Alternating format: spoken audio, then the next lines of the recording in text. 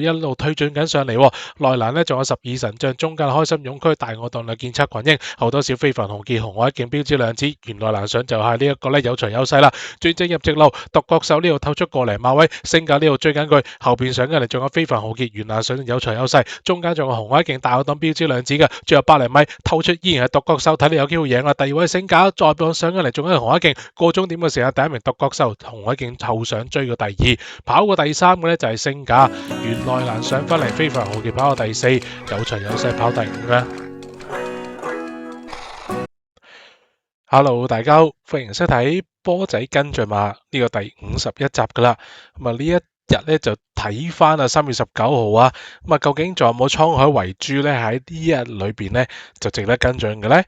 咁啊，如果第一次嚟到波仔 YouTube channel 或者再次翻到嚟嘅咧，都非常之感謝你。咁啊，第一次嚟到當然咧要訂閱啦，喜歡呢條短片的話咧，記得要俾個 like 啊、留言啊，仲有 share 等等啦。咁啊，希望咧大家多多支持。咁啊，除此之外啦，咁啊，如果咧咁啊想一齊咧同啲嘅叫做朋友仔一齊傾下馬仔咧，咁啊可以咧掃翻鏡頭上面嘅 QR code 喎。波仔與你傾馬仔嘅群組啊，咁啊亦都咧係等緊大家一齊咧入嚟傾下馬啦。咁啊賽前咧就問下馬亦都可以啦。咁啊大家咧分享下賽馬嘅心水啦。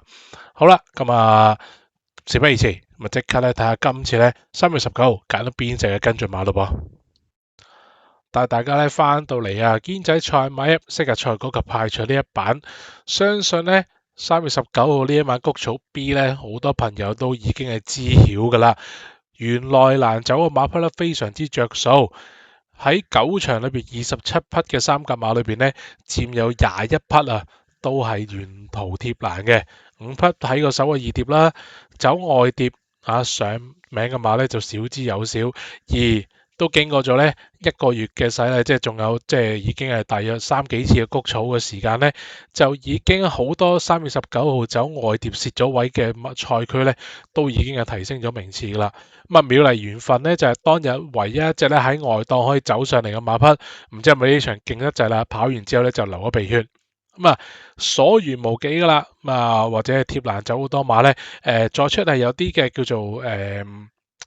名次倒退啦，譬如密密送啦，翠葉旋風咧，雖然咧都係咧貼咗欄，咁但係跟住剛剛上個禮拜3咧嗰場贏咧就有馬帶鬆咗個馬群啦，就係3軍勇將，咁所以咧佢就贏得輕鬆嘅。咁呢一組519咧個賽事水準咧都唔算太差嘅，例如翠葉旋風再出贏啦，咁啊仲有香港神區領航天子，咁啊都可以咧跟進。不過咁啊，仲有一組馬咧，咁啊都幾強喎，就係521場次。咁啊，如果大家都有睇波仔嘅貼士啦，咁啊剛剛咧喺上星期嘅尾場裏邊咧，我就揀咗咧呢隻有財有勢，有財有勢咧揀做首選咧，咁啊當其時就係話啦，咁啊前一鋪喺521，即係頭先講緊嗰組裏邊咧，雖然大利貼欄就係3月19啦，但係咧呢一組嘅521咧個步速前流偏快，而非凡豪傑、標誌量子、開心勇區。幾隻馬都已經咧係提升咗名次噶啦，咁所以呢一隻嘅有財有勢咧，其實走勢都唔曳嘅，咁值得去即係繼續補一厘咧，咁就分又再減啲咧，咁其實都已經係有即係叫做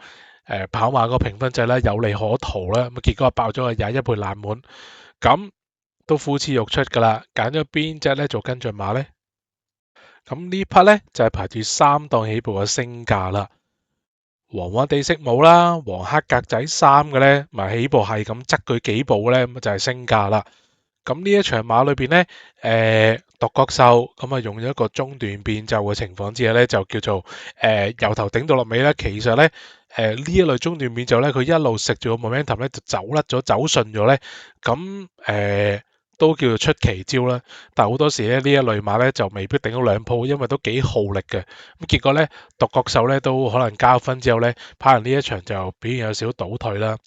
而升價咧而家喺個第2疊檔啦，第6位左右啦。嗱，佢同紅海勁嚟比咧，咁佢一定係蝕咗個2疊啦，即係莫講話3疊啦。咁啊相對地應該都蝕啦。紅海勁剛剛喺即係上個禮拜3嘅尾場咧，個排檔啊呆咗啦，同呢一隻咧即係有財有勢都互換咗個檔位啊，咁所以形勢都唔同晒。好啦，嗱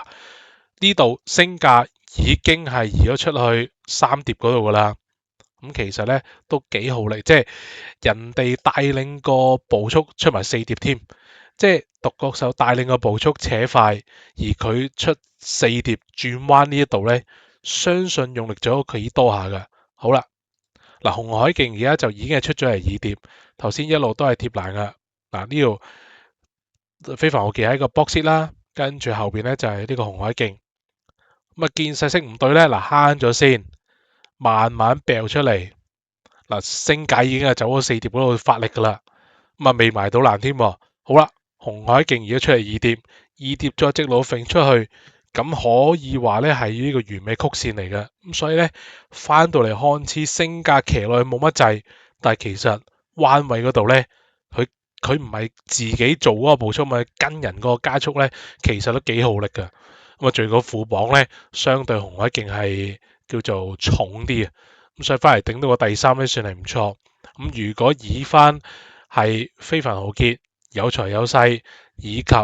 喺標誌人之落四班啦，咁啊入邊嗰兩隻啦，咁嚟計咧，咁呢個第三要做係綽綽有餘噶啦，已經係即係超水準噶啦。咁啊，即係26磅啦，嗱咁啊，紅海勁119磅啦，呢度都有個叫做磅位差距啦。咁啊，最近咧呢一匹馬咧就已經即係再投入翻操練啦，佢就冇同非凡豪傑有財有勢兩隻練過喎，咁兩隻交代咗，會唔會下次撞唔翻咧？咁啊更好啦，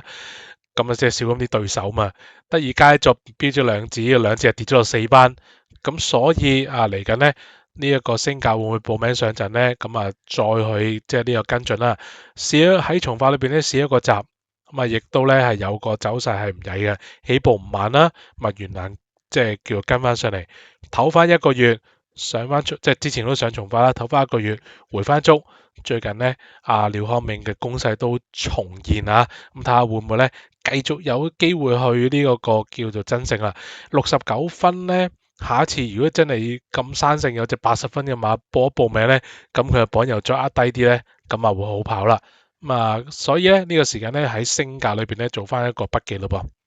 咁啊呢一場馬裏邊咧，佢喺個步速裏邊咧，我覺得佢都係算係快步速受害噶啦，因為咧彎位裏邊咧，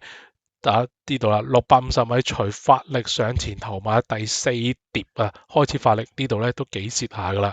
咁啊呢一組嘅521啦，強組嚟啦，咁啊即係敗於強手啦，整體上面都係勁噶啦。咁啊記住呢組521佢啦，mark 低佢啦，開翻出賽提醒，儲存翻，咁啊做好呢一隻嘅跟進馬，你自己有跟進馬咧，都可以嘗試下用呢一個嘅筆記欄位啦噃。嚟到節目尾聲嘅時間啦，波姐再一次多謝大家嘅收睇啦。我都有嗰句啦，CLSS comment like subscribe 同埋 share 俾你身邊嘅朋友仔一齊收睇。咁啊下一集咧，咁啊好快咧就會同大家見面噶啦。咁啊因為咧都掹咗啲跟進馬同大家咧一齊即係去跟進住嘅。好啦，咁啊下一次節目時間再見啦，拜拜。